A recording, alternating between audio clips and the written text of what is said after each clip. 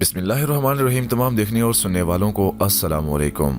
Urdu story teller की एक अजीब व गरीब वीडियो में आप सब दोस्तों का फिर से एक बार वेलकम। नाज़रीन, मुझे अब नवाज खान कहा जाता है और आप देख रहे हैं हमारे और आपके अपने channel the Urdu story teller को।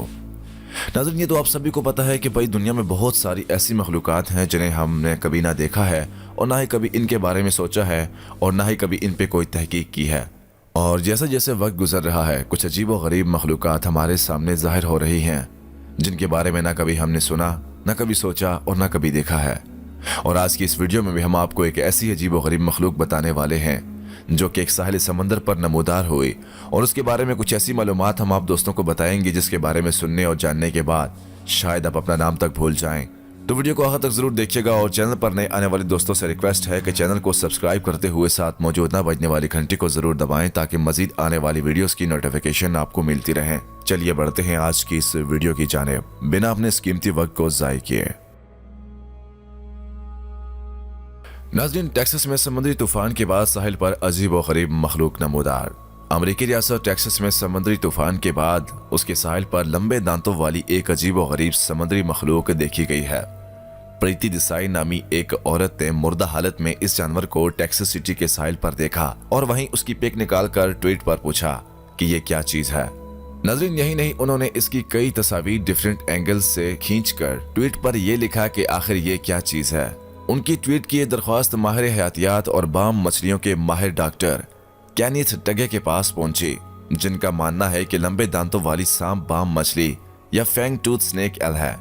उनका कहना था कि यह गार्डन एल या कांगरेल भी हो सकती है क्योंकि ये तीनों नस्लें टेक्सास के साहिल के करीब पाई जाती हैं और उनके लंबे कील नुमा दांत होते हैं जो कि बहुत खतरनाक होते हैं। और नाज़रीन, ये समझा जा रहा है कि तेज हवाओं और सैलाब का बाइस बनने वाला समुद्री तूफान हारूरी इसको यहाँ तक पहुँचाने की वजह हो सकता है। इस लंबे दांतों वाली सांप बाम मछली को टैक्सी बाम मछली भी कहा जाता है और यह आमतौर पर मगरबी बहरे ओकियानूस में 30 से 90 मीटर की गहराई में पाई जाती है। हारूरी प्रीति देसाई साहिल समंदर पर समुद्री तूफान से होने वाले नुकसान का जायजा ले रही थीं।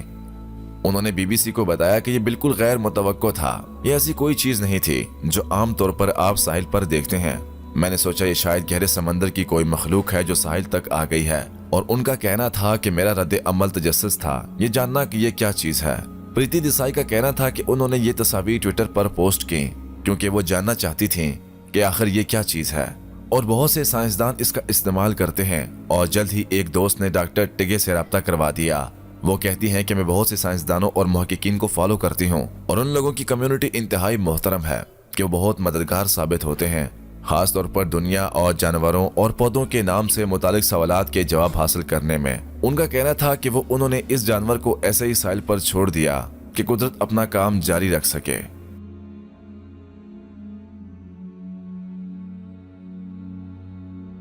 नाज़रीन, जब साइंसदानों ने इस पर तहकीक की, इसके टेस्ट किए, इस जानवर के जहर के टेस्ट किए, तो उनको पता चला कि ये एक इंतहाई खतरनाक जानवर है जिसका जहर इतना खतरनाक है कि अगर 1 लीटर पानी में मिलाकर 300 से ज्यादा लोगों को अगर वो पानी पिला दिया जाए तो वो सारे मौत की घाट उतर सकते हैं। दोस्तों, आपको क्या लगता है इस जानवर के बारे में? क्या ये डेंजरस है? वाकई में मेरे को तो बहुत डेंजरस लगा। इसी के साथ उम्मीद करता हूँ कि आपको आज की हमारी ये वीडियो भी अजीब और गरीब लगी होगी।